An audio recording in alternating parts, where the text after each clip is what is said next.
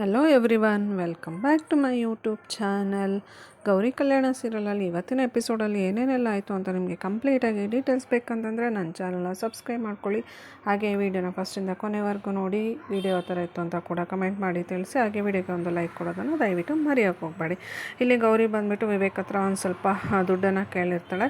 ಆ ದುಡ್ಡಲ್ಲಿ ಅವಳು ವಿವೇಕ್ಗೆ ಅಸ್ತಮ ಪ್ರಾಬ್ಲಮ್ ಇರೋದ್ರಿಂದ ಇನ್ನೆಲ್ಲರನ್ನ ತೊಗೊಂಬಂದು ಕಾರಲ್ಲಿ ಇಡ್ತಾ ಇರ್ತಾಳೆ. ಆವಾಗ ವಿವೇಕು ಅದೇ ಟೈಮಿಗೆ ಬರ್ತಾನೆ. ಬಂದುಬಿಟ್ಟು ಏನು ಮಾಡ್ತಿದ್ಯಾ ಕಾರಲ್ಲಿ ಅಂತ ಹೇಳ್ಬಿಟ್ಟು ಗೌರಿಗೆ ಕೇಳ್ತಾಳೆ.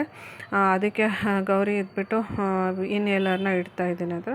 ಅದಕ್ಕೆ ಇದಕ್ಕೆ ನಾನು ದುಡ್ಡು ಕೇಳಿದ್ದು ಅಂತ ಹೇಳ್ತಾಳೆ. ಅದಕ್ಕೆ ಹ್ಞೂ, ಇದಕ್ಕೆ ನನಗೇನಕ್ಕೆ ಬೇಕು ಸರ್, ವಿವೇಕ್ ಸರ್ ದುಡ್ಡು ನನಗೇನು ಖರ್ಚಿರುತ್ತೆ, ಸೊ ನಾನು ದುಡ್ಡು ತೊಗೊಂಡಿದ್ದು ನಿಮಗೋಸ್ಕರನೇ ಅಂತ ಹೇಳೋಕ್ಕೆ ಸ್ಟಾರ್ಟ್ ಮಾಡ್ತಾಳೆ. ಸೊ ಅದಾದಮೇಲೆ ಇನ್ನೆಲ್ಲರನ್ನ ಎಲ್ಲ ಕಡೆ ಇಟ್ಟಿದ್ದೀನಿ. ಅವತ್ತು ರಾತ್ರಿ ನಿಮ್ಗಾಗಿದ್ದಂಥ ಇನ್ಸಿಡೆಂಟು, ನಿಮ್ಗಾಗಿದ್ದಂಥ ಬ್ರೀತಿಂಗ್ ಪ್ರಾಬ್ಲಮ್ಮು ಇನ್ನು ಮುಂದೆ ಆಗಬಾರ್ದು, ಆದರೂ ಕೂಡ ಮುನ್ನೆಚ್ಚರಿಕಾ ಕ್ರಮವಾಗಿ ಎಲ್ಲನೂ ಇರಬೇಕು ಅಂತ ಹೇಳ್ಬಿಟ್ಟು ಆಫೀಸ್ ಬಾಯ್ಗೂ ಹೇಳ್ಬಿಟ್ಟು ಆಫೀಸಲ್ಲೂ ಕೂಡ ತರಿಸಿಟ್ಟಿದ್ದೀನಿ. ಅವನು ಆಫೀಸ್ ಬಾಯ್ ಇಟ್ಟಿದ್ದಾನೋ ಇಲ್ಲೋ ಅಂತ ಕೂಡ ನಾನು ಕನ್ಫರ್ಮ್ ಮಾಡ್ಕೊಂಡಿದ್ದೀನಿ. ಕಾರಲ್ಲಿ ಒಂದು ಇಟ್ಟಿದ್ದೀನಿ, ಇದೊಂದು ಎಕ್ಸ್ಟ್ರಾ ಉಳ್ಕೊಂಡಿದೆ. ಸೊ ಇದನ್ನು ನಿಮ್ಮ ಪಾಕೆಟಲ್ಲಿ ಯಾವಾಗಲೂ ಇಟ್ಕೊಂಡಿರಿ. ನೀವು ಎಲ್ಲೆಲ್ಲಿ ಇರ್ತೀರೋ ಎಲ್ಲ ಪ್ಲೇಸಲ್ಲೂ ನಾನು ಇದನ್ನು ಇಟ್ಟಿದ್ದೀನಿ ಅಂತ ಹೇಳ್ಬಿಟ್ಟು ಗೌರಿ ಹೇಳ್ತಾಳೆ. ಸೊ ಅದಾದಮೇಲೆ ಉಳಿದಿರೋ ಒಂದು ಪೀಸನ್ನು ವಿವೇಕ್ ಜೋಮಲ್ಲಿ ಹಾಕ್ತಾಳೆ. ಸೊ ವಿವೇಕ್ಗೆ ಅನಿಸುತ್ತೆ, ಇವಳೇನಪ್ಪ ನನಗೆ ಇಷ್ಟೊಂದು ಕೇರ್ ಮಾಡ್ತಾ ಇದ್ದಾಳೆ, ಇಷ್ಟೊಂದು ಪ್ರೀತಿ ತೋರಿಸ್ತಾ ಇದ್ದಾಳೆ ಅಂತ ಹೇಳ್ಬಿಟ್ಟು ವಿವೇಕ್ ಮನಸ್ಸಲ್ಲಿ ಗೌರಿ ಬಗ್ಗೆ ಪ್ರೀತಿ ಸ್ಟಾರ್ಟ್ ಆಗುತ್ತೆ. ಆದ್ರೂ ಕೂಡ ಅವನೇನು ಎಕ್ಸ್ಪ್ರೆಸ್ ಮಾಡ್ತಾ ಇರಲ್ಲ, ಸುಮ್ಮನೆ ಏನೋ ಗೊತ್ತಿಲ್ಲದೆ ಇರೋ ಥರ ಇರ್ತಾನೆ. ಸೊ ಅದಾದಮೇಲೆ ಗೌರಿ ಕೂಡ ಕಾಮಿಡಿ ಮಾಡೋಕ್ಕೆ ಸ್ಟಾರ್ಟ್ ಮಾಡ್ತಾಳೆ. ನಿಮ್ಮ ಹೆಲ್ತನ್ನು ಕಾಪಾಡ್ಕೊಳ್ಳೋ ಜವಾಬ್ದಾರಿ ನಂದು. ಸೊ ಇಷ್ಟ ಇದ್ದೋ ಇಷ್ಟ ಇಲ್ಲದೇನೋ ನಾವಿಬ್ಬರು ಮದುವೆ ಆಗಿದ್ದೀವಿ. ಮದುವೆ ಆದಮೇಲೆ ಗಂಡ ಹೆಂಡತಿಯಾಗಿ ಜೀವನ ಸ್ಟಾರ್ಟ್ ಮಾಡಿದ್ದೀವಿ. ಹೊರಗಡೆ ಪ್ರಪಂಚಕ್ಕೆ ನಾವಿಬ್ಬರು ಗಂಡ ಹೆಂಡತಿ. ಸೊ ಹಾಗಾಗಿ ನಿಮ್ಮನ್ನು ಕಾಪಾಡ್ಕೊಳ್ಳೋ ಜವಾಬ್ದಾರಿ, ರೆಸ್ಪಾನ್ಸಿಬಿಲಿಟಿ ಎರಡೂ ನನ್ನ ಮೇಲಿದೆ. ಅದಕ್ಕೋಸ್ಕರ ನಾನು ಇಷ್ಟೆಲ್ಲ ಕೇರ್ ಮಾಡ್ತಾಯಿದ್ದೀನಿ ಅಂತ ವಿವೇಕ್ಗೆ ಹೇಳ್ತಾಳೆ. ಸೊ ವಿವೇಕ್ ಅಂದ್ಕೊಳ್ತಾಳೆ, ಇವಳೇನಪ್ಪ ಇಷ್ಟು ಒಳ್ಳೆಯವಳಾಗಿದ್ದಾಳೆ, ಒಂದೊಂದು ಸಲ ತುಂಬ ಕಲ್ಲು ಬಂಡೆ ಥರ ಆಡ್ತಾ ಇರ್ತಾಳೆ, ಒಂದೊಂದು ಸಲ ಎಷ್ಟು ಕೇರಿಂಗ್ ಆಗಿರ್ತಾಳೆ ಅಂತ ಹೇಳ್ಬಿಟ್ಟು ಅನ್ಕೋತಾನೆ. ಅದಾದಮೇಲೆ ವಿವೇಕ್ಗೆ ಬಾಯ್ ಹೇಳ್ಬಿಟ್ಟು ಒಳಗಡೆ ಬರ್ತಾಳೆ.